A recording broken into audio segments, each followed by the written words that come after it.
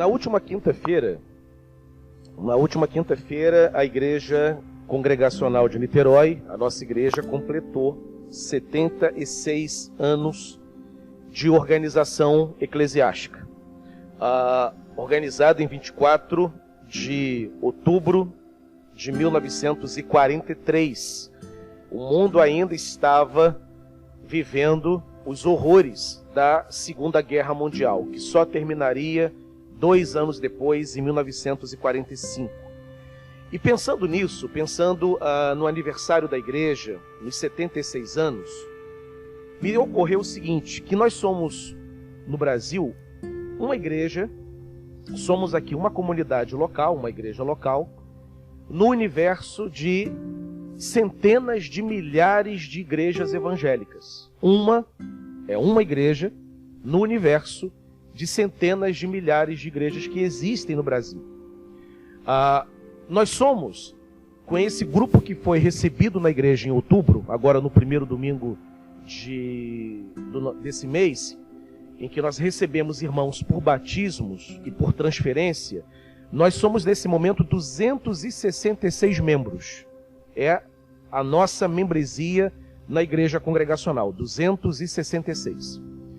E 266 no universo de 52 milhões de evangélicos no Brasil. É o contingente de acordo com o IBGE. E o censo religioso será atualizado ano que vem. Ele é realizado a cada 10 anos. O último censo foi em 2010. Então, em 2020, logo no primeiro trimestre, nós teremos a atualização. Então, estamos aguardando qual é, de fato, a realidade numérica dos evangélicos no Brasil. Mas como que essa história começa? Essa comunidade evangélica, essa comunidade protestante, onde você tem históricos, tradicionais, pentecostais, neopentecostais, tantas tradições, igrejas mais animadas, igrejas mais silenciosas, igrejas bastante litúrgicas, em que tudo é organizado. Eu, por exemplo, fui uma vez visitar a Catedral Presbiteriana.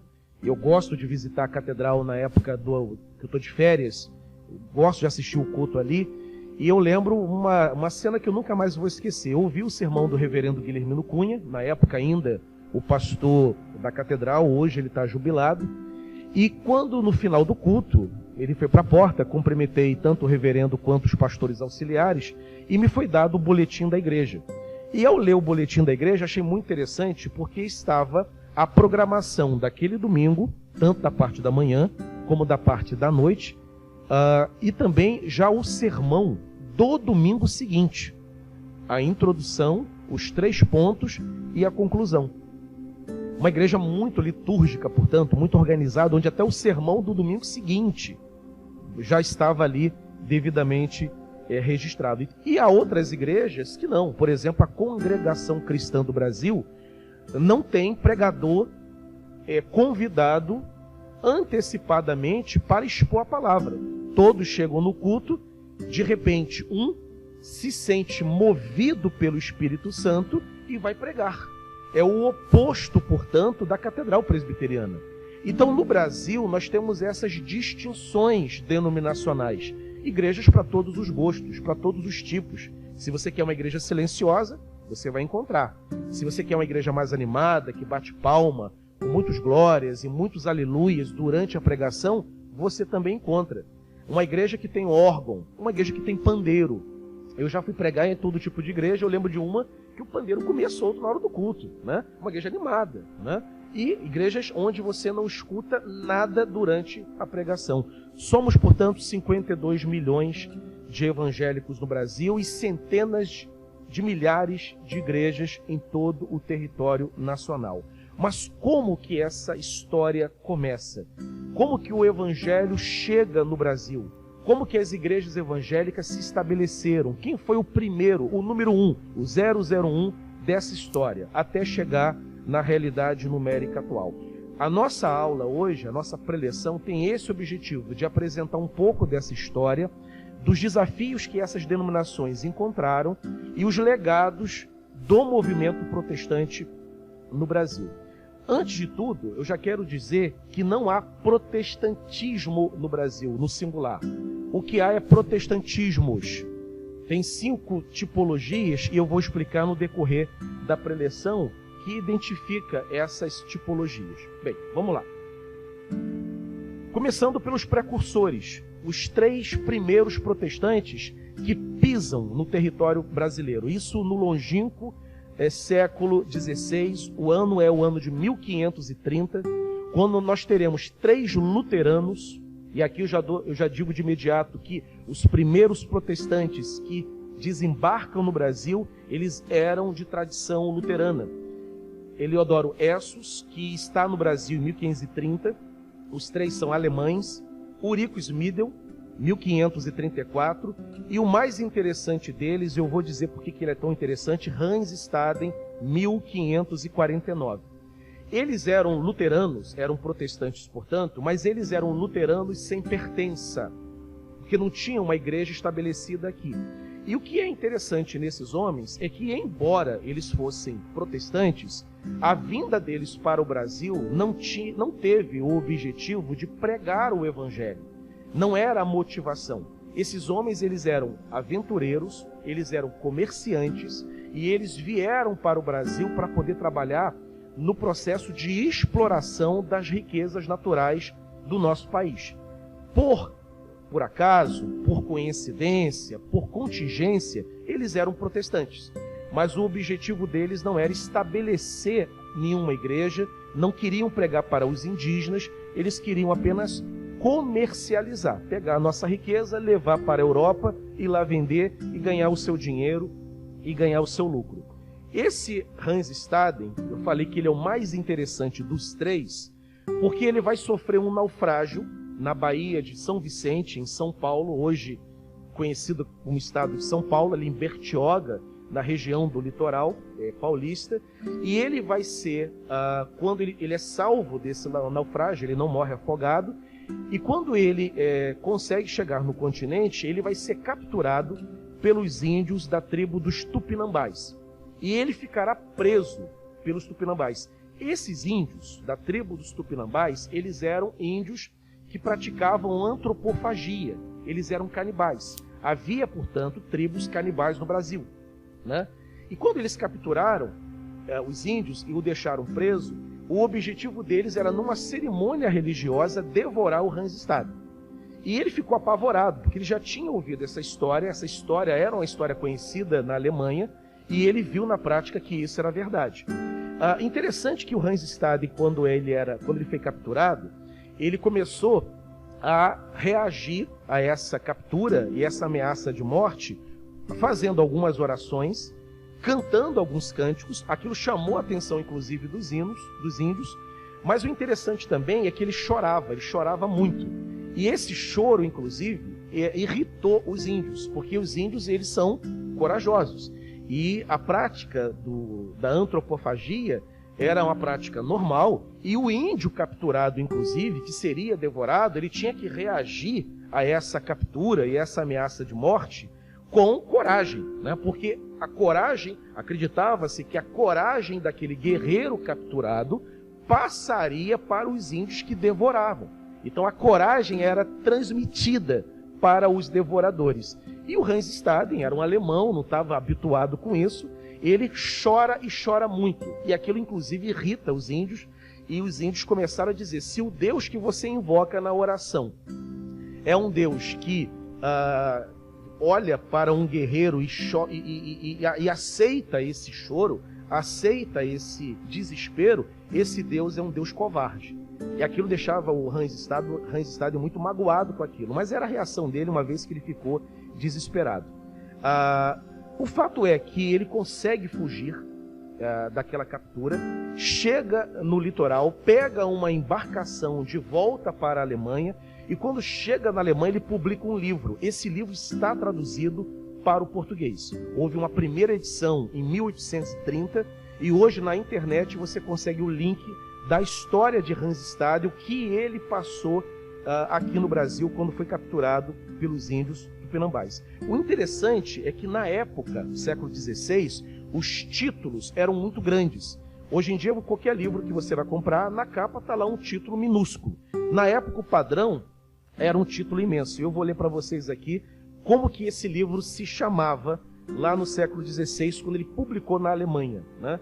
A verdadeira história dos selvagens, nus e ferozes, devoradores de homens, encontrados no Novo Mundo, a América, e desconhecidos antes e depois do nascimento de Cristo na terra de Hesse, a terra de origem de Hansestaden. Quando o próprio Hansestaden, de Romberg, na província de Hesse, os conheceu e agora os traz ao conhecimento do público por meio da impressão desse livro. Esse era o título do livro publicado por Hansestaden, né? É quase um prefácio, é quase a história, nem precisa então comprar o livro, porque a história está contada no próprio título. Ele retorna e torna a sua história conhecida por toda a Alemanha.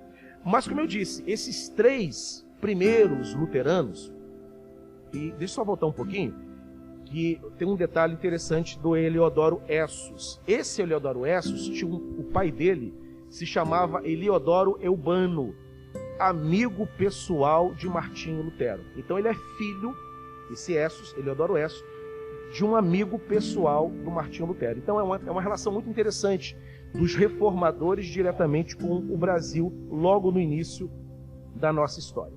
Bem, eles vão embora e não retornam mais. E aí nós chegamos no ano de 1557. Agora começa um movimento mais intencional de protestantismo no Brasil, que é chamado de protestantismo colonial, porque era um protestantismo que chegava junto com o colonizador. Na época, a igreja era um assunto de Estado. Quando o colonizador chegava, junto vinha a espada, o exército do colonizador e vinha a religião do colonizador.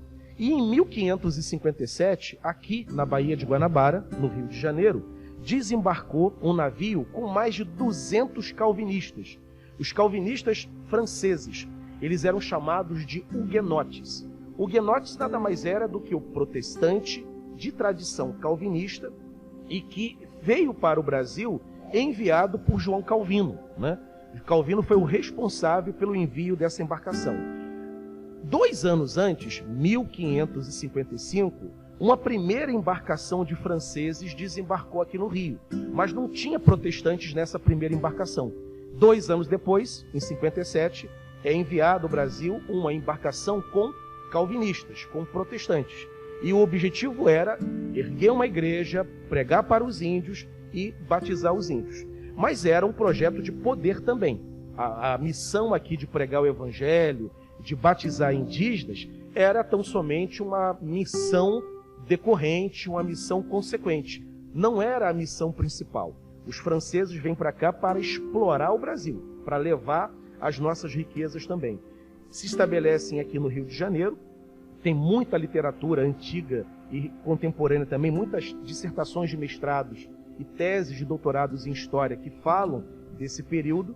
E interessante que no dia 10 de janeiro de 1557, 2 pastores dessa embarcação de huguenotes vão celebrar aquele que é considerado o primeiro culto protestante no Brasil. Esses pastores, seus nomes, Pierre de Richier e Guilherme de Chartier. Eles pregaram o evangelho, celebraram a ceia do Senhor, cantaram hinos do saltério, e essa é a data considerada como a primeira vez que houve um culto protestante. Já tinha tido missas no Brasil, o Frei Henrique Soares de Coimbra era o celebrante das missas, agora culto, essa é a data 1557, 10 de janeiro. Quem conhece a Catedral Presbiteriana do Rio de Janeiro aqui, aquele belíssimo templo construído no estilo neogótico que tem ali em frente à Praça do Tiradentes, quando você entra na catedral, tem lá o jardim da catedral e há um memorial. Tem uma mesa, tem umas esculturas, e aqueles pastores que estão ali nas esculturas são justamente o Pierre de Richier e o Guilherme de Chartier. É uma memória ao primeiro culto evangélico que foi realizado no Brasil. Nessa embarcação, quando esse navio foi desembarcou aqui, veio a convite do governador francês que estava aqui há 2 anos, um camarada chamado Villegayon, Nicolau Durand Villegayon. Tem a famosa ilha de Villegayon, que fica aqui na Baía de Guanabara. Ele que convidou esses huguenotes, esses protestantes, para se estabelecer no Brasil. Só que Villehagnon recebeu uma carta de um bispo de uma cidade francesa chamada Lorena. E o bispo que enviou essa carta nessa embarcação, né, ninguém imaginaria o que poderia acontecer ao ler o Villehagnon essa carta. O bispo de Lorena dá uma informação acerca desses protestantes. Ele diz o seguinte: Villehagnon, tome cuidado. Você pediu religiosos aí no Brasil para poder estabelecer uma religião cristã. Toma cuidado que esses huguenotes, esses calvinistas, é um bando de herege e vai estragar o teu plano. Bote eles para fora, bote eles para correr. Villehagnon, o bispo escrevendo, era uma autoridade religiosa, né? E aí ele acredita naquilo, que era um bando de hereges, aqueles protestantes, e começa a perseguir os huguenotes. E, inclusive, vai martirizar e assassinar alguns desses huguenotes. 5 deles, vários conseguem voltar para a França, mas 5 são capturados. Desses 5, 4 são executados por Villehagnon, mas antes deles morrerem, eles escrevem uma confissão de fé, que vai ficar conhecida como a Confissão de Fé da Guanabara, considerado o primeiro documento doutrinário no continente americano. E eles marcaram essa confissão com a entrega das suas próprias vidas e são considerados os primeiros mártires evangélicos aqui no Brasil. Villehagnon vira a cabeça e começa a perseguir os huguenotes. Os índios que estavam aqui, convencidos pelos portugueses, se unem e botam os franceses para fora. E desse período, dessa aventura, um dos tripulantes, um jovem formado em teologia, chamado Jehan Léry, ele vai escrever também um livro chamado A Viagem à Terra do Brasil. Eu resumi, o título é imenso também, ele contando o que ele passou aqui no Rio de Janeiro, sendo perseguido por Villehagnon. Essa história você consegue, inclusive, baixar no YouTube. Tem um livro, tem um filme que a Rede Globo, inclusive, exibiu recentemente, chamado Brasil Vermelho, que conta a história de Villehagnon e a perseguição empreendida contra os huguenotes. Bem, termina o século XVI, entra o século XVII. Vai chegar, primeiramente, em Salvador, Bahia, depois no Recife, um outro grupo protestante oriundo de uma outra nação. Vai chegar os holandeses, que vão invadir primeiramente o Recife, primeiramente Salvador, depois o Recife. A experiência em Salvador não dura muito tempo, a experiência no Recife dura mais de 20 anos. No ano de 1630, quando amanhece, Recife se descobre cercada de navios da Holanda. É a história do famoso príncipe Maurício de Nassau. Eles invadem o Recife, o objetivo também ali era comercial. A Holanda precisava de uma área que pudesse plantar cana-de-açúcar. O açúcar era o produto, a especiaria mais valorizada da Idade Média, valia muito. Você pagava pessoas com açúcar, você trocava açúcar por outros bens comerciais. E o Brasil, com esse clima que tem, ele é muito favorável ao plantio da cana-de-açúcar. E os holandeses souberam que havia uma grande extensão de terra. E o objetivo era esse, era poder plantar cana-de-açúcar, ganhar dinheiro, enriquecer a Holanda. Agora, eles eram calvinistas também, eles eram protestantes. O Estado holandês já tinha definido o protestantismo como a religião principal daquele país. E ao desembarcar no Brasil, trouxeram também a fé protestante, a fé evangélica, especialmente a fé calvinista. Vão pregar para os índios. É desse período, inclusive, que surge o primeiro batismo de um brasileiro no rito protestante. E eu lembro nos meus tempos de estudante de teologia, de história da igreja, eu havia aprendido que o Dr. Cali, o fundador do congregacionalismo, tinha batizado o primeiro brasileiro, um homem chamado Pedro Nolasco de Andrade. E aí aparece, isso configurou a história oficial do movimento evangélico no Brasil. O Cali batizou o primeiro brasileiro, Pedro Nolasco de Andrade. Qualquer literatura você encontrava isso. Aí, há 2 anos mais ou menos, uma cearense, uma jovem chamada Jaqueline Souza, foi fazer um mestrado e foi pesquisar esse período, o período do Brasil holandês. E na dissertação de mestrado dela, atualmente ela está fazendo doutorado aqui na UF, nós a conhecemos porque no ano passado ela veio falar aqui na nossa igreja. Ela é uma cearense que está fazendo doutorado aqui, professora universitária. Nas pesquisas da Jaqueline, ela descobre que o primeiro brasileiro a ser batizado foi um índio chamado Pedro Poti, que era um indígena que teve uma experiência de conversão ao ouvir a pregação dos holandeses, só que ele não é batizado no Brasil.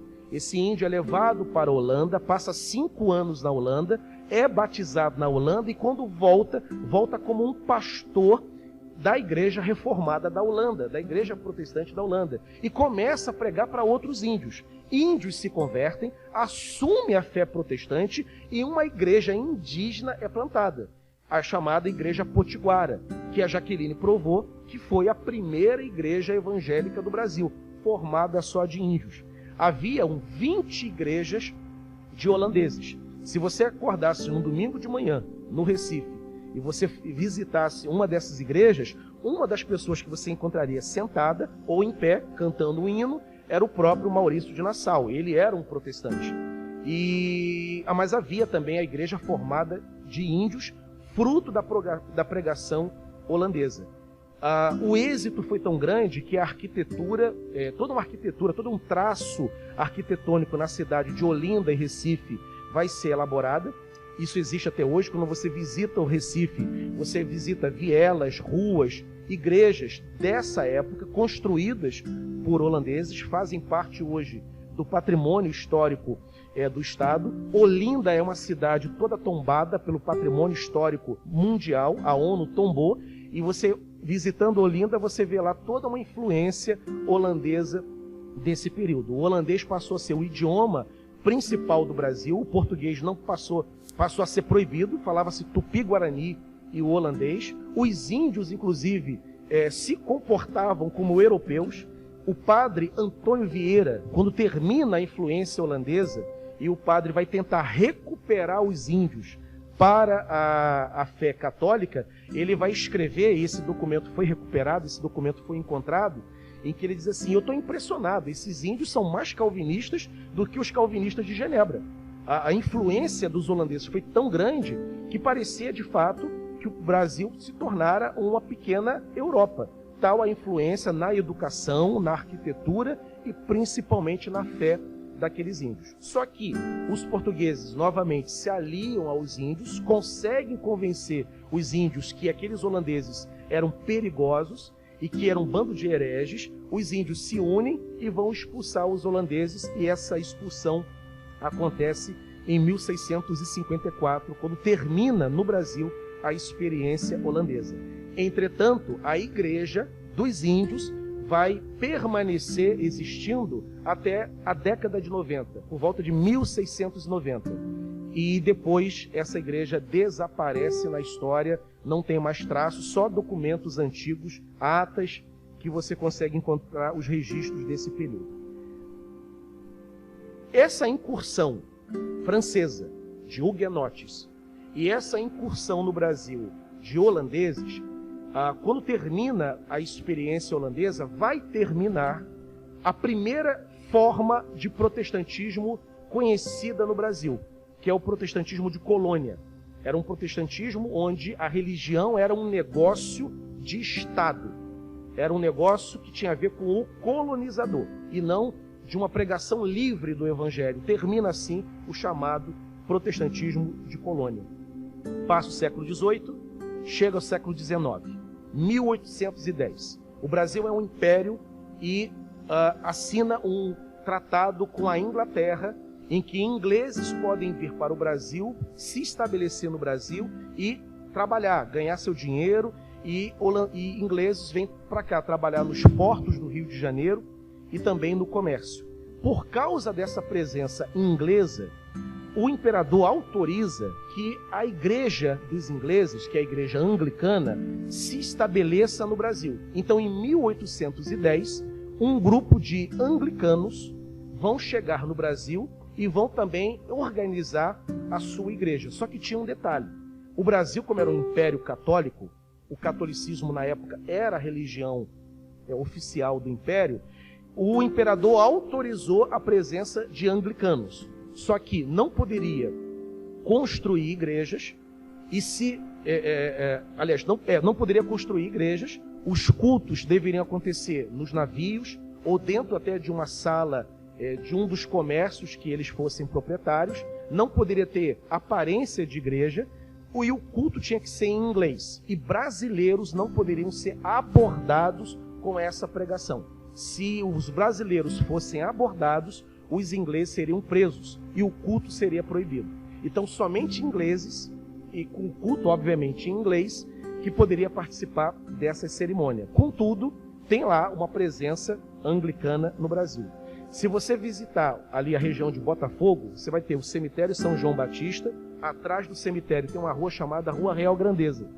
Na Rua Real Grandeza vai ter um templo anglicano. Esse é o primeiro templo evangélico protestante erguido no Brasil, desde 1810, portanto, mas com esse traço: culto em inglês e pregação e somente presença de ingleses. Aí vem o ano de 1824. Um segundo grupo de estrangeiros vão desembarcar no Brasil. Agora, novamente, os luteranos. Mas diferente daqueles 3 primeiros que chegaram aqui no século XVI. Esses luteranos que vêm para o Brasil já vêm para cultuar mesmo. Vêm para trabalhar nas lavouras de Nova Friburgo, do sul do Brasil, e vai também organizar igrejas, mas com as mesmas características. O culto é em alemão, brasileiros não podem ser evangelizados e as casas de oração não podem ter a aparência de igreja, porque o Brasil é um império católico e a religião católica é a religião oficial. Data dessa época, ali, Praça da Cruz Vermelha, no centro do Rio de Janeiro, perto da Rua do Resende. Tem um templo ali, luterano, chamado Templo Martin Luther. Esse templo foi levantado, foi construído nessa época que esses luteranos chegaram no Brasil. É um templo antigo também, que vem desde 1824. Um traço histórico interessante dessa época é que, como o Império queria clarear a pele do brasileiro, o Brasil era um país católico, mas mixigenado, porque tem a presença de índios e a presença de negros, que eram escravos no Brasil. A abolição da escravatura não tinha acontecido ainda. E o imperador tinha um certo incômodo com a cor do brasileiro, a coparda, né, os mulatos. Ele queria clarear. Então ele abre mesmo os portos, convida luteranos alemães, né, para poder se estabelecer no Brasil, e ele era tão interessado na presença de alemães no Brasil, que ele chega a dizer o seguinte: olha, já que vocês têm os cultos de vocês e os pastores virão para poder pregar o evangelho e cuidar das igrejas, e eu sei que os pastores são sustentados por dízimos, por ofertas, o imperador falando, né? Mas vocês não têm recursos ainda, vocês são muito poucos. Faça o seguinte: deixe o sustento dos pastores conosco. Então o Brasil teve um curto período na sua história em que o salário dos pastores luteranos foi mantido pelo Tesouro Nacional.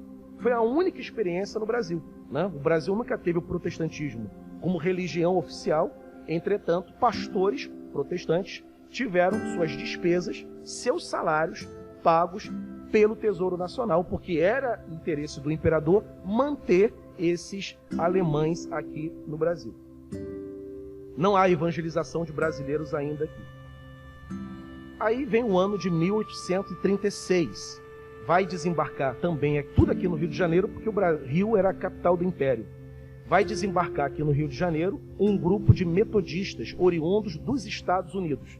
Eles vão trabalhar também nos portos, e essa experiência metodista também vai ser apenas para americanos, culto em inglês.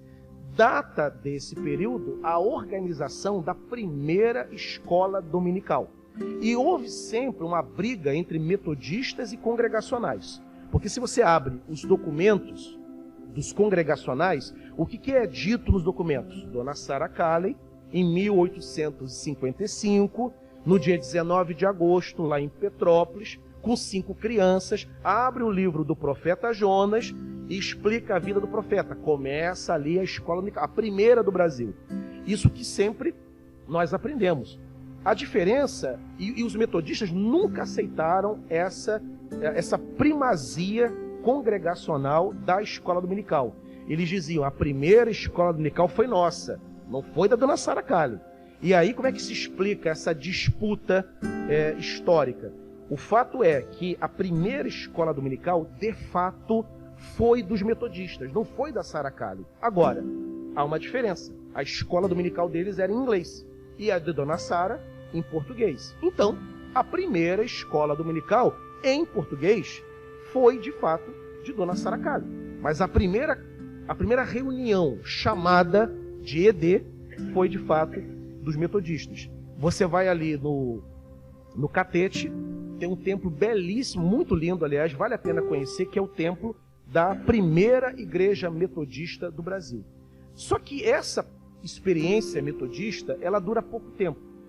Os missionários metodistas não conseguem êxito nas suas reuniões e desiste do Brasil. No ano de 1841, os metodistas voltam para os Estados Unidos e fecham a missão aqui. E, inclusive, um dos missionários, que era um pastor chamado Daniel Kaider, ele vai escrever um livro dizendo que o Brasil não estava preparado para a pregação do Evangelho, porque a tradição católica era muito forte, né? Esse livro vai ser importantíssimo para o Dr. Calley. Quando chegar em Calley, eu faço o link entre essa obra do Kaider e o ministério do reverendo Calley, fundador dos congregacionais. Chega o ano de 1855, uma data cara para nós, uma data importante para nós. É o desembarque do Dr. Calley, né? 10 de maio de 1855. Ele e Dona Sarah desembarcam aqui no Rio de Janeiro, ficam hospedados no hotel e Calley fica horrorizado com a sujeira do Rio de Janeiro, né? Com a quintura do Rio, já era Rio 40 graus na época, a cidade era uma imundície só, não tinha saneamento básico, né? Não mudou nada de 55 para cá, né? Se ele vivesse hoje, ele teria as mesmas impressões, horrorizado. E detalhe, além de ficar horrorizado com a sujeira, com a falta de saneamento básico, uma outra cena deixa Calley escandalizado. Nessa época, 55, o Brasil ainda era também um país que praticava a escravatura. E como não tinha saneamento básico, como que o comércio, os hotéis, as residências liberavam os seus dejetos? As casas tinham os seus banheiros e tudo, e tinha um compartimento, geralmente no subsolo, no porão, onde colocava-se barris, né, barril de madeira, e enchia-se esses barris com os dejetos das pessoas, né? E aí fechava-se esses barris e ia até a Baía de Guanabara e jogava esses barris ali na Baía. Mas quem é que fazia esse serviço? Eram os escravos, que trabalhavam com calça de juta, sem camisa, e eles pegavam e botavam aqueles barris nas costas. Só que eram barris de madeira. Vazava os dejetos, né? E ao vazar os dejetos, dava micose nos negros. Então eles eram manchados, tinham listas brancas nas suas costas. E eles eram chamados, por causa dessas manchas, de tigers, os tigres, né? Quando Calley olha para aquela cena subhumana, né, ele fica horrorizado. Ele era um europeu. A Inglaterra já tinha resolvido há muito tempo a questão da escravidão. Ele era contra o comércio de escravos e ele se recusa a ver aquela cena, e também levando em conta o fato de, como europeu que ele era, o clima do Rio de Janeiro lhe fazia muito mal. Aí ele descobre que havia uma cidade no estado do Rio de Janeiro com clima de montanha, bucólica, arejada, organizada, e, se não bastasse, o imperador Dom Pedro II morava nessa cidade.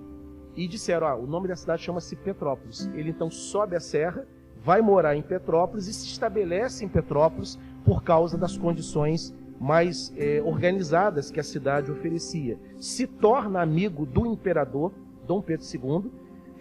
Dom Pedro II frequentava a casa de Dr. Cali, isso era muito interessante, né? E o que explica essa relação, primeiro é a fortuna do Dr. Cali, ele era um homem muito rico, e a riqueza de Cali vinha tanto da medicina, que se dava muito dinheiro na época, muito mais do que se dá hoje, e pelo fato também de que Cali era dono de ações, ele tinha dinheiro aplicado na Bolsa de Ações, Bolsa de Valores de Nova York.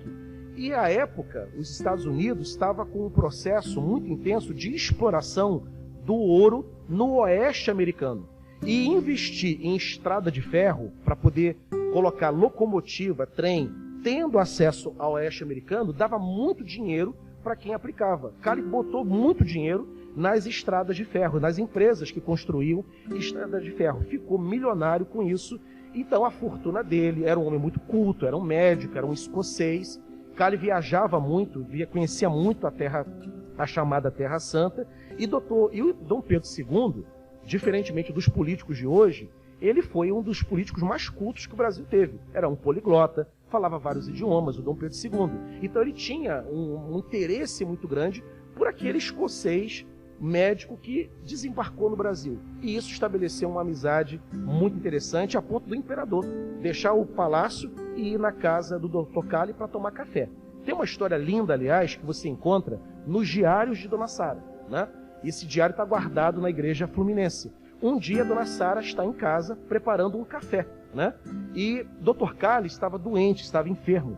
Batem na porta. Ela vai até a porta para abrir. E quando ela abre a porta, quem é que está lá? Dom Pedro II com toda a sua comitiva. Foi sem avisar. A educação da época, a cortesia da época, a gentileza da época, impedia que alguém que não fora comunicado, né, da sua visita, o recebesse em casa, né? E ela diz, olha, mas ele está doente. Aí Dom Pedro II aceita e marca uma visita quando ele já estava recuperado. Foi uma amizade muito interessante entre o Dr. Cali e Dom Pedro II.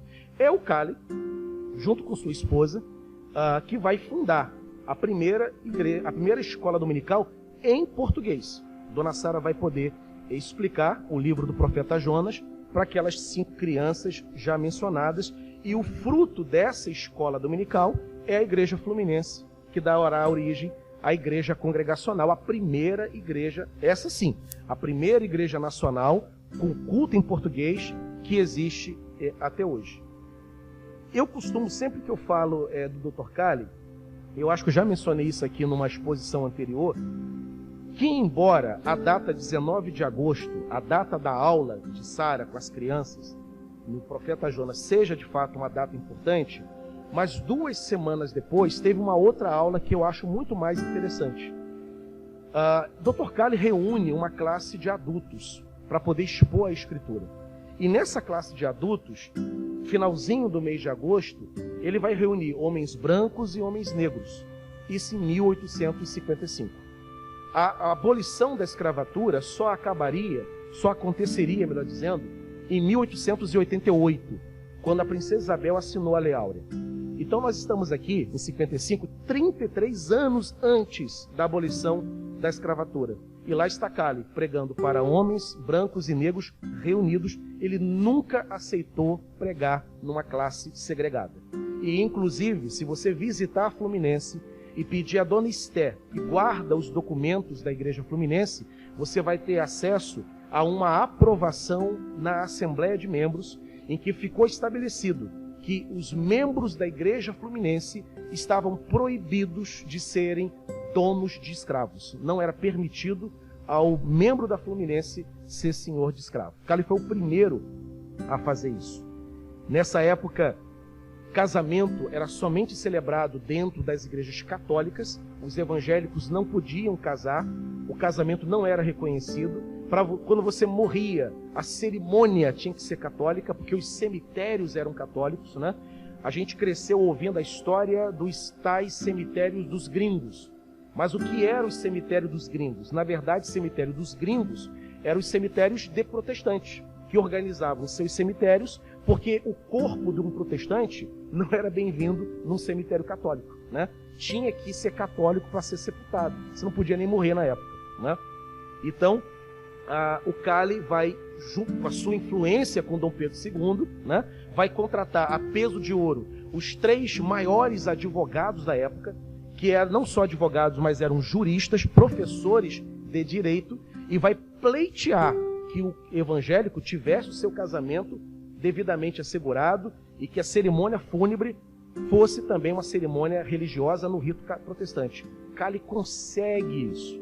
E, na verdade, então, todos os evangélicos, e não só os congregacionais, têm uma dívida histórica com o Dr. Cali. Muito da liberdade religiosa experimentada no Brasil se deve ao Dr. Cali e à Dona Sara Cali. Assim começa o trabalho congregacional no Brasil. 4 anos depois, desembarca no Brasil um jovem de 26 anos, americano, de tradição presbiteriana, chamado Ashbel Green Simonton. É ele que vai plantar a Catedral Presbiteriana do Rio de Janeiro, que é a primeira igreja presbiteriana fundada no território brasileiro. Ela vai ser organizada em 62, a chegada dele é em 59, mas a igreja é organizada em 62. Funda um seminário e eu consegui, pena que eu não tive tempo de inserir algumas fotos, eu queria inserir algumas fotos, mas eu não consegui. Não tive tempo para isso, porque eu consegui a foto desse seminário, né, fundado em 1867. Pesquisando, localizei. Era chamado de Seminário Primitivo do Rio de Janeiro. É o primeiro seminário protestante fundado no Brasil, fundado por Ashbel Green Simonton. Vai fundar também uma imprensa protestante, um jornal vai ser criado para poder se comunicar com os brasileiros, né? E vai fundar também um curso de inglês para ensinar brasileiros a falar inglês. Os presbiterianos são muito interessantes porque eles vão dar uma ênfase muito forte na educação, especialmente no interior do Brasil, onde plantava-se uma congregação presbiteriana, ao lado plantava-se também uma escola. O Brasil aqui é um país extremamente desigual. Você tem uma realeza culta, você tem religiosos cultos, mas a população, mais de 90%, veja que estatística estarrecedora, mais de 90% era analfabeta. E era um país agrário, um país rural. Onde os presbiterianos fundaram igrejas, surgiu a seguinte demanda: como que nós pregaremos para um povo que é analfabeto? Como que a Bíblia será lida se o povo não sabe ler? Então, eram organizadas escolas para ensinar o povo a ler e escrever. Não é por menos que o presbiterianismo iria produzir no Brasil, como de fato produziu, uma elite intelectual. Entre todas as tradições que existem no Brasil, batista, congregacional, presbiteriana, é dos presbiterianos o marco da intelectualidade. Os nossos melhores teólogos são presbiterianos. Os melhores pregadores que existem no Brasil são presbiterianos. Dr. Augusto Nicodemos, Reverendo Caio Fábio, né? Hernandes Dias Lopes. Isso não é aleatório, não é algo que surgiu do nada. É por causa dessa forte ênfase na educação, na teologia. O seminário presbiteriano, ele consta entre os melhores do Brasil, são 5 anos a formação. Fundaram o Mackenzie, começa com uma escola para criança, e o Mackenzie hoje é uma potência, é uma universidade com 60 mil alunos matriculados e é a mais importante universidade particular do Brasil. Ela rivaliza com a PUC, aonde ela se estabelece. Em São Paulo, quando um jovem, por exemplo, não passa no vestibular para a USP é o sonho de consumo de qualquer jovem vestibulando paulista. Ele quer ir para a USP, né? Quando ele não passa na USP, qual é a primeira opção da classe média alta paulistana? É o Mackenzie, por causa do elevadíssimo nível que a universidade tem. O Dr. Augusto Nicodemos foi chanceler da universidade por mais de 10 anos. Então os presbiterianos produziram uma elite cultural inegável que existe até hoje no Brasil. Aí vem o ano de 71. E aqui é muito interessante. Vai desembarcar no Rio de Janeiro um grupo de missionários norte-americanos de tradição batista. E aqui eu abro um parênteses para colocar para os irmãos algo muito interessante.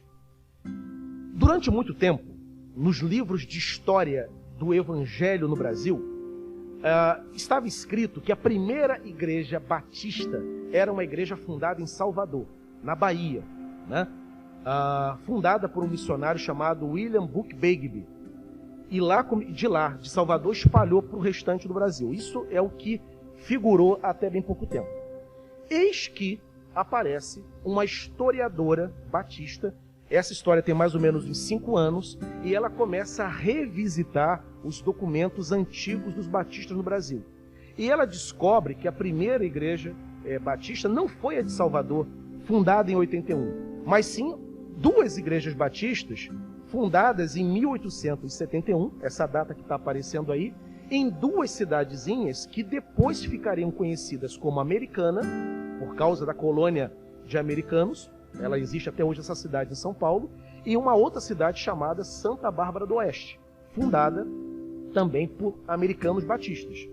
E aí surgiu a seguinte questão: por que a Convenção Batista Brasileira ela dizia que era a de Salvador e não essas 2 igrejas de São Paulo, a primeira?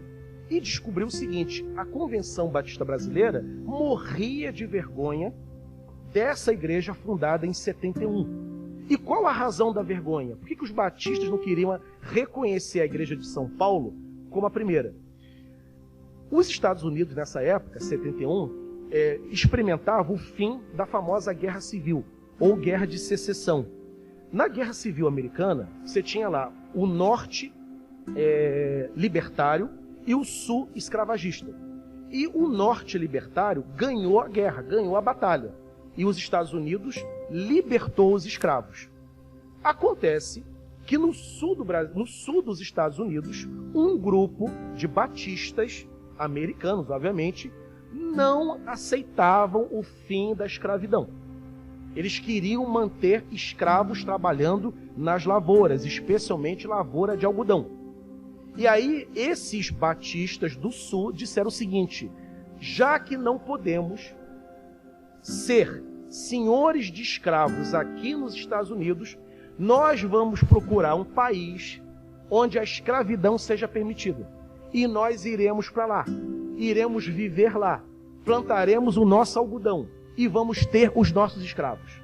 Aí, abrindo o mapa, descobriram que o Brasil, 71, ainda é um império escravocrata, que a abolição não tinha chegado no Brasil ainda. E esses americanos, portanto, vêm para cá, se estabelecem em São Paulo, organizam uma igreja. A igreja era uma igreja racista, negro não podia entrar, escravo não era bem-vindo, o culto era em inglês e só podia ser americano para poder fazer parte desse culto.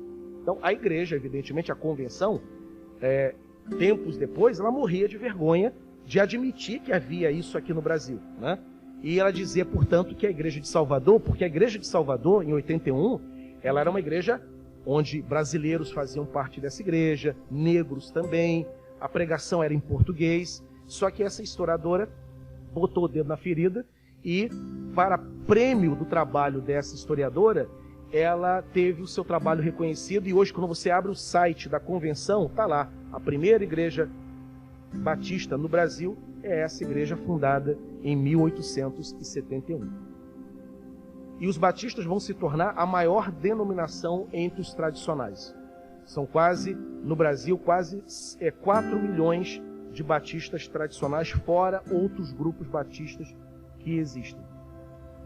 Você vai aqui no Estácio, Rua Frei Caneca, do lado, aliás, em frente ao Instituto Félix de Pacheco. Você vai encontrar um templo belíssimo, batista ali, comporta 4.000 pessoas, embora hoje não tenha mais essa membresia ali. É fruto do trabalho do missionário William Book Begbie, que fundou também a primeira igreja de Niterói. Então, um templo belíssimo que também ali existe. Bem, com o fim dos batistas, com o estabelecimento, melhor dizendo, do trabalho do batista, chega o século XX, mais pertinho da gente. Vai chegar no Brasil um movimento pentecostal, né? E o movimento pentecostal vai modificar muito a forma de se adorar no Brasil, né? E como é que essa história ela acontece? Primeiro, a congregação cristã, ela é fundada em São Paulo por um homem chamado Luiz Francesco. Ele era um italiano, né? E vai fundar a congregação cristã. Aqui eu quero abrir um parêntese. é comum a seguinte pergunta: afinal de contas, pastor, congregação cristã é uma igreja ou é uma seita? Porque a congregação cristã no Brasil, ela tem algumas particularidades. Primeiro, e as particularidades nem é por causa do uso do véu, que as mulheres usam o véu até hoje. Homens sentam de um lado, mulheres sentam de um outro, não tem pastor, a pregação acontece por impulso do Espírito Santo, né? A grande questão que produz problemas com a congregação cristã é que eles acreditam que para ser salvo, você tem que ser da igreja congregação cristã. Para onde vão os congregacionais? Para eles, vão para o inferno. Os presbiterianos, os quintos, inferno também. Os batistas, direto para o inferno. Nova Vida, esse aí então nem salvo, né? Está tudo perdido. Para ser salvo, tem que ser da congregação cristã. Eis a razão porque, em alguns livros, essa denominação é tida como seita e não como uma denominação cristã. De qualquer maneira, eles são os primeiros pentecostais a chegar no Brasil, né? E detalhe, Walter McAllister escreveu um livro chamado Pentecostal Reformado, né? Publicou ano passado pela Vida Nova, falando de calvinistas que têm a experiência pentecostal. A congregação cristã, ela tem esse perfil. Ela é uma igreja que acredita em predestinação, prega predestinação, mas são pentecostais. Profecia, dom de línguas, etc. e tal. Um ano depois, 1911, vai desembarcar em Belém do Pará 2 missionários batistas que conheceram o movimento pentecostal nos Estados Unidos. E essa história é interessante porque eles eram suecos que foram conhecer o movimento pentecostal. Eles eram tradicionais, super tradicionais, mas lá conheceram o famoso avivamento da Rua Azusa, se tornam pentecostais e numa noite que eles estavam dormindo, um deles tem um sonho. E o sonho, ele dizia que Deus havia soprado no ouvido deles o nome Pará. Na manhã do dia seguinte, eles conversam, Daniel Berg e Gunnar Vingre, era o nome desses 2 missionários. Rapaz, estranho, eu tive um sonho ontem e no sonho aparecia, Deus falava, sussurrava o nome Pará, Pará, Pará, várias vezes. Eles abrem o mapa mundi. E quando abre o mapa mundi, descobre que Pará era o nome de um estado no norte do Brasil.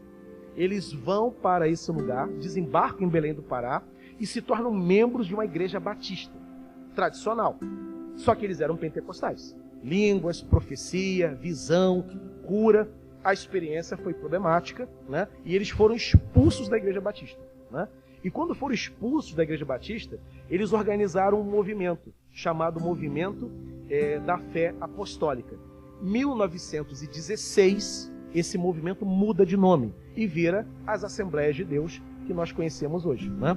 E foi fundada, portanto, por esses 2 missionários.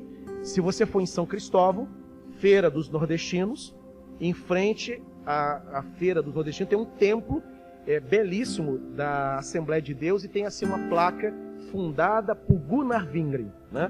Porque ele vem depois para o Rio e planta aqui a primeira Assembleia de Deus ali em São Cristóvão, né? A ênfase distinta desse grupo é que eles vão começar a pregar um batismo com o Espírito Santo, com a evidência do dom de línguas e também da profecia.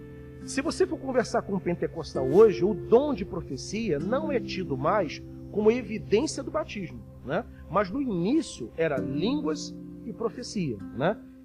Essa pregação, portanto, vai começar a acontecer no norte do Brasil. Vai crescer muito o movimento pentecostal, porque era um movimento muito popular, né? E agrário, rural, onde a maioria da população estava organizada, e vai virar a maior denominação do Brasil. Hoje, dos 52 milhões, quase 20 milhões estão dentro da Assembleia de Deus. É a maior força do movimento evangelical brasileiro.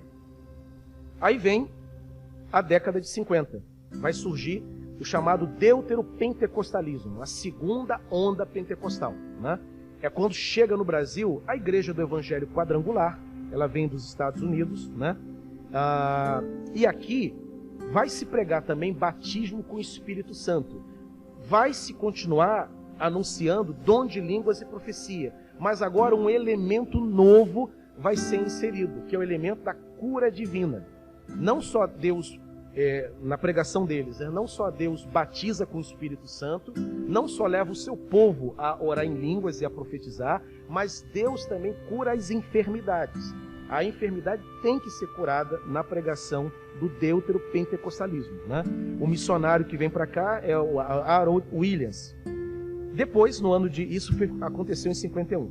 Em 1956, vai ser fundada no Brasil a Igreja Evangélica Pentecostal, o Brasil para Cristo. O nosso querido Rafael Dantas, marido da Graziete, se eu não me engano, a experiência de conversão dele aconteceu lá, no Brasil para Cristo, né, nessa igreja aqui do Barreto. E foi fundado por esse homem. Era um missionário, lotava estádios, era oriundo da Assembleia de Deus, né, mas ele queria um outro tipo de pentecostalismo. E ele vai fundar, vai virar também uma grande denominação. Aqui no Rio é fraca, mas em São Paulo ela era bastante forte. Tem uma história que passa pelos congregacionais. Na década de 50, o reverendo Joel Leitão convidou Manuel de Melo para pregar na primeira igreja congregacional de Niterói, a Igreja da Praia, né? O Manuel de Melo já era famoso na época, né? Deu uma confusão tremenda, a igreja super tradicional, fundada por Cali, né? E que chamar o Manuel de Melo, e ele atraiu tanta gente que os ônibus, que o bonde não conseguia passar. A polícia foi chamada para dispersar a multidão e botar um pouco de ordem na bagunça, né? Quando o Manuel de Melo veio convidado. Aí vem o ano de 62. Um homem também chamado Davi Miranda, missionário Davi Miranda, morreu tem 2 anos. Ele era oriundo também da Assembleia de Deus. Vai fundar em São Paulo a Igreja Deus e Amor. A mesma ênfase. Deus batiza com o Espírito Santo, leva você a orar, profetizar, orar em línguas e curar as tuas enfermidades. E em 64, menos conhecida, porém desse período, a Casa da Bênção, 1964, fundada em Belo Horizonte por Doriel de Oliveira. Como está aí, ênfase no batismo com o Espírito Santo, cura e libertação. Essa igreja Casa da Bênção, ela vai inserir também esse elemento, né? O elemento do exorcismo. Então Deus batiza, leva você a orar em línguas e profetizar, cura a tua enfermidade e expulsa o teu demônio, né? Então, um trabalho completo que acontece quando você se converte e recebe esse batismo com o Espírito Santo. Aí vem, e aqui caminhando para o fim da preleção, o último movimento pentecostal, que é o chamado neopentecostalismo. Aqui os problemas começam, né? E vamos entender por quê. 1960, desembarca no Rio de Janeiro um missionário canadense chamado Roberto McAllister, que ficará conhecido como o famoso Bispo Roberto, né? Quem é da década de 90 aqui, já era crente, vai lembrar do café espiritual. Dava 10 horas da manhã, os 5 primeiros minutos, ouvia uma mensagem do Bispo Roberto, um sotaque bonito que ele tinha, carregado, né? Ele era um canadense, e no final da preleção dele, ele se despedia dizendo que Deus te abençoe rica e abundantemente. Roberto McAllister, fundador da Igreja de Nova Vida. O Roberto McAllister percebeu o seguinte: ele era um pentecostal. E ele percebeu que a classe média carioca não entrava nas igrejas pentecostais. A classe média carioca, quando se convertia, procurava uma congregacional, uma presbiteriana, uma anglicana, uma luterana, uma metodista, né? Uma batista. Mas não entrava na Deus e Amor, não entrava na Assembleia de Deus, né? Não entrava no Brasil para Cristo. E aí, então, ele orienta o seu culto, a sua abordagem, mirando a classe média carioca. Então, eles são pentecostais, com o público voltado, isso no início, voltado para a classe média. E funciona, a classe média começou a entrar na Igreja de Nova Vida. Um templo belíssimo vai ser erguido ali na General Polidoro, em Botafogo, e vai ser a sede do movimento de Nova Vida. O filho dele, Walter McAllister, esteve pregando em nossa igreja no ano passado, num sábado, né? O filho tem assim, muita dificuldade com o neopentecostalismo. O Walter se afastou do movimento neopentecostal. E ele não gosta quando se diz que a Nova Vida é a mãe do neopentecostalismo brasileiro. Mas é.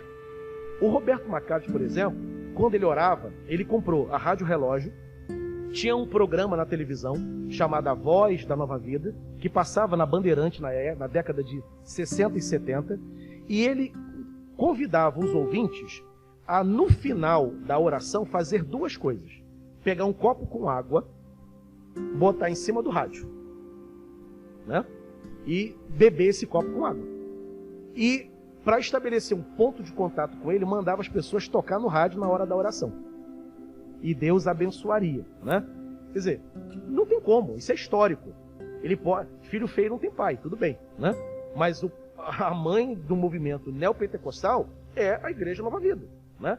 Sem contar que alguns dos maiores líderes do movimento neopentecostal se converteu e se tornaram membros, se converteram e se tornaram membros da Nova Vida. Edir Macedo, fundador da Igreja Universal, né?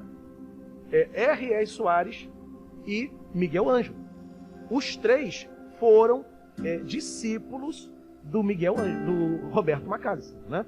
E vai fundar a Igreja Universal, a Igreja da Graça e depois a Igreja, não sei qual é o nome lá da Igreja do Miguel Ângelo, né? Mas vai fundar essas comunidades que vão ser comunidades controvertidas, comunidades complicadas, né? Qual é a cronologia do movimento neopentecostal? 60, fundação da Nova Vida. Em 76, a comunidade evangélica fundada por Robson Rodovalho. Ele era um professor de física da Universidade de Goiânia, Federal de Goiânia. Em 1977, a Igreja Universal é fundada numa funerária aqui na Avenida Suburbana. Em 1980, a Igreja da Graça é fundada por Romildo Rubiero Soares, ou R. Soares, que inclusive é cunhado do Edir Macedo, né? É casado com a irmã do Edir Macedo. Em 1986, Estevão Hernandes, querendo alcançar a classe média alta, jovem paulistana, funda a Igreja Renascer. E vai ser o início do movimento gospel no Brasil, com música em estilo rock, cantada por jovens, em alto volume, para alcançar esse público, né? E, por fim, 1998, Valdomiro Santiago, oriundo da Universal, funda a Igreja Mundial do Poder de Deus. O neopentecostalismo vai ter também um acréscimo. Deus, ele te salva, te batiza com o Espírito Santo, te leva a orar em línguas, te leva a profetizar, cura as tuas enfermidades, expulsa o teu demônio e te faz também prosperar. Você inevitavelmente prospera, até mesmo enriquece, porque você se converteu. Então, a teologia da prosperidade é um produto do neopentecostalismo. Bem, e aqui finalizo a minha preleção dizendo quais são as contribuições do movimento evangélico no Brasil. Evangelização, óbvio, né? 52, apesar dos problemas, apesar das crises, das rupturas e até de alguns ensinos controvertidos, para não dizer heresia, o Brasil foi evangelizado. 52 milhões de evangélicos fazem parte desse grupo. É um protestantismo controvertido, complicado, imaturo em muitos momentos, mas tem aí. É inegável que houve evangelização no Brasil. Podemos discutir a qualidade dessa evangelização, a qualidade doutrinária, a qualidade teológica, mas houve evangelização. Ponto. Isso é fato reconhecido. Educação. O protestantismo sempre deu muita ênfase na educação, porque o culto protestante gira em torno da Escritura. A Escritura é aberta, lida e proclamada. Então, aquele que acompanha a pregação tem que ter um mínimo de arrazoado, um mínimo de compreensão intelectual. E lê a Bíblia em casa. Então, tem que ser um povo alfabetizado. É belíssima a história de muitos analfabetos que se converteram e aprenderam a ler dentro das igrejas, né? Muitos fizeram, inclusive, da Bíblia o seu único livro lido na vida. É uma contribuição protestante, reconhecido por todos os institutos que pesquisam a educação no Brasil. A alfabetização nas áreas rurais. Os missionárias foram os primeiros professores de brasileiros. É belíssima essa memória.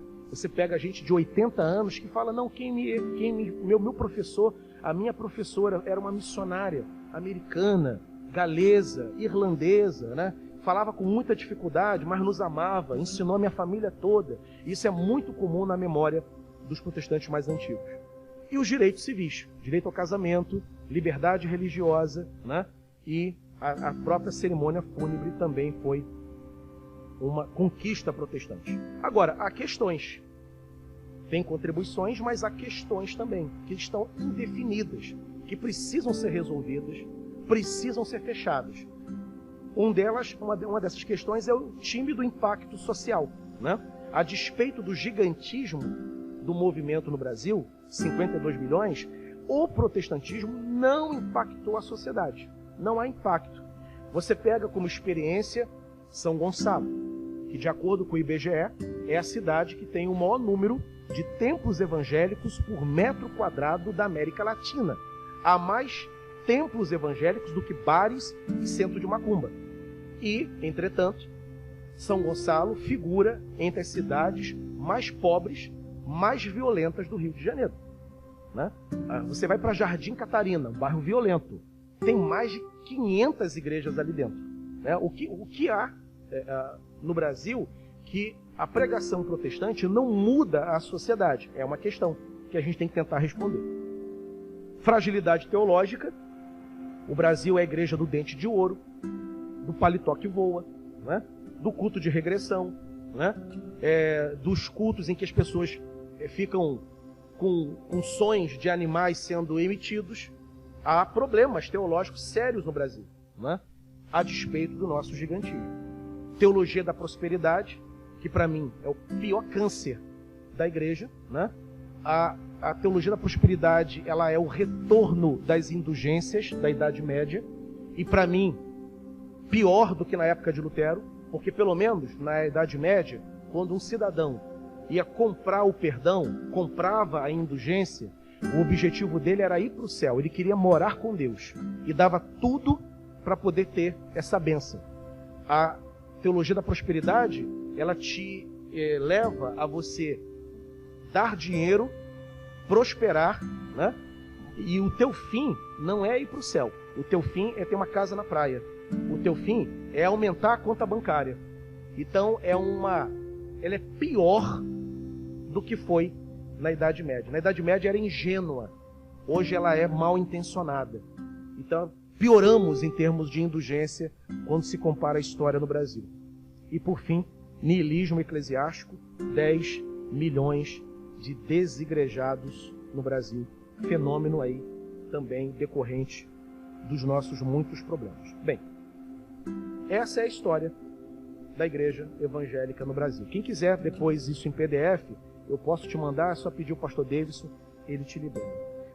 Já são meio-dia, tem o almoço pronto, mas eu queria pelo menos abrir. Se alguém quer fazer algum contraponto, alguma contribuição, fazer alguma pergunta, alguma colocação. Quem quiser, é só levantar a mão.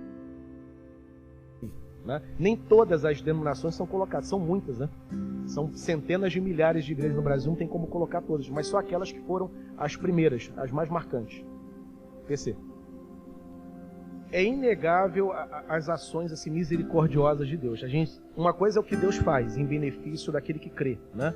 Outra coisa é o método empregado pela igreja, né? Agora, o método pode estar equivocado, mas a bondade de Deus é tão grande, a misericórdia, o amor dele, que ele vai fazer o bem a despeito do método. Então o que aconteceu foi isso, foi a ação misericordiosa do Senhor. Calma aí, tem Vinícius, tem... Não, primeiro Vinícius, depois você, Dalvin. Obrigado. Perdeu muito, né? Perdeu muito desse vanguardismo em relação a esse discurso. Agora, o que há de se considerar também é que algumas pautas, que a gente chama de pautas identitárias, né? Elas não vingam entre os evangélicos por causa de alguns problemas que essas pautas identitárias têm. Por exemplo, você não vai ter de fato uma igreja evangélica ensinando, incentivando, por exemplo, a questão do direito ao casamento de homossexuais, né? O que deve acontecer é o respeito a essas pessoas que têm essa identidade, que têm essa relação, né? Que se entrar um casal homossexual na igreja, como que a gente tem que se comportar? De maneira amistosa, de maneira respeitosa, responsável com eles. Agora, uma igreja evangélica, um movimento protestante, não vai defender essa causa, né? Porque é uma causa que ela colide com a compreensão que tem acerca da palavra de Deus sobre esse assunto, né? Sobre esse assunto específico. Agora, outras pautas minoritárias, né? A reforma agrária, por exemplo, essa sim é uma pauta que a igreja deveria abraçar e incentivar um pouco mais. Tem gente insubordinada dentro do movimento que clama por reforma agrária? Tem. Aí a missão nossa é fazer a distinção do joio do trigo e entender que o direito à propriedade é um direito de cada um, está na Constituição brasileira. Defender isso é correto, né? Então há pautas que dá para a igreja abraçar, defender, porque são pautas cristãs. Há outras pautas que, embora sejam até justas, do ponto de vista da sociedade laica, a igreja não vai abraçar, porque fere uma questão da teologia. E entre a teologia e a justiça social, a igreja tem que ficar com a teologia. Ela é o primeiro marco. Depois outros valores são acrescentados. Agora sim, Dalvinha? É uma boa pergunta. Tem. É uma boa pergunta. Eu acredito poderosamente no avivamento, né? É o que pode acontecer para poder mudar de fato uma sociedade. O avivamento, por exemplo, que aconteceu na Inglaterra, foi um avivamento que varreu a sociedade. Começou na igreja e atingiu ruas, praças, universidades. E é o que eu estou orando, né? Nós temos que orar por isso, por um derramamento do Espírito Santo, por um avivamento do Brasil, até para que a sociedade seja impactada, né? Do contrário, a igreja no Brasil tem muita dificuldade de articular pregação do evangelho com envolvimento e engajamento social, né? É uma dificuldade histórica que a gente tem. A gente entrega a sociedade para a autoridade civil, para o governo, né? E ficamos de fora. No máximo nós oramos, né? Mas alguma forma de engajamento tem que acontecer. Mas esse engajamento tem que vir acompanhado, ou melhor, tem que ser motivado por um avivamento. Sem a atuação do Espírito Santo, a sociedade não muda, né? Dentro da igreja, precisamos de um derramamento do Espírito. Imaginemos, então, a sociedade secular, né? Mais alguma pergunta, queridos? Podemos caminhar para o fim? Fran. Depois para o Áureo. Existe. Boa parte dos congressos hoje de teologia são compostos de pentecostais e neopentecostais, né? Você tem uma experiência bem perto da gente aqui. O Projeto Água da Vida é uma comunidade de orientação que surge como de orientação neopentecostal e vai, à medida que o tempo passa, vai se identificando com uma teologia reformada. E eles conseguem conjugar muito bem essas experiências, uma experiência mais aquecida na adoração, mais livre e, ao mesmo tempo, preocupada com a formação teológica. Então, o projeto é um paradigma de diversas outras comunidades, né, que têm a experiência pentecostal como a sua matriz de experiência, mas que busca na formação teológica um aporte teórico que não tinha, né? E dessa experiência, dessa conjugalidade, tem saído bons resultados de comunidades cheias do Espírito, fortes na evangelização, na intercessão, na oração, mas preocupadas também com doutrina e teologia. E isso não é uma novidade, porque na história da igreja sempre foi assim. Você tem, por exemplo, Jonathan Edwards, teólogo congregacional. Como que ele era chamado na história? De teólogo do avivamento. Então, teologia e avivamento não são em si conflitantes. Um pastor pode ser um homem cheio do Espírito, com grandes experiências com o Espírito Santo, mas ser um homem de teologia, né? E, aliás, o pentecostalismo norte-americano, especialmente do norte do país, ele é assim. Ele tem a sua matriz teológica. No Brasil, que não foi assim. Porque não houve essa preocupação dos patriarcas dos pentecostais. Era só a experiência, né? Mas isso tem mudado. A Assembleia de Deus, ela teve agora a sua faculdade reconhecida pelo MEC, né? Uma denominação pentecostal, ali a FAECAD, Vicente de Carvalho, é uma universidade, aliás, não universidade, é uma faculdade com curso de letras, pedagogia e teologia, reconhecida pelo MEC. Na década de 80, a Assembleia de Deus com faculdade era inimaginável. Seminário esfria a fé. Quem vai para o seminário perde a fé. Seminário é lugar de incrédulo, lugar de ateu. Era isso que era. Meu sogro era pastor da Assembleia de Deus. Eu conversei muito com ele, ele se converteu na década de 70, então ele pega aquele movimento que é experiência, monte, círculo de oração, gente muito aguerrida na oração, mas com problemas na formação. A Assembleia de Deus mudou isso. Mas por que mudou? O que entra na Assembleia de Deus, o que acontece na Assembleia de Deus, que vai fazer com que essa chave seja virada? A Assembleia de Deus, a partir da década de 80, começa a atingir a classe média, que não alcançava. Os primeiros pentecostais que alcançam a classe média é o pessoal da Nova Vida. A Assembleia não alcançava. A Assembleia de Deus começou a alcançar. Com a entrada da classe média, desembargadores, médicos, advogados, juízes, donos de escola, servidores públicos, professores universitários, a necessidade de elevar o discurso começou a se preocupar com isso. E aí a formação teológica veio a reboque. Eu vou preciso terminar com o presbítero Áureo, e assim a gente encerra esse período aqui. Cristo vive. Tinha esquecido do nome da igreja dele.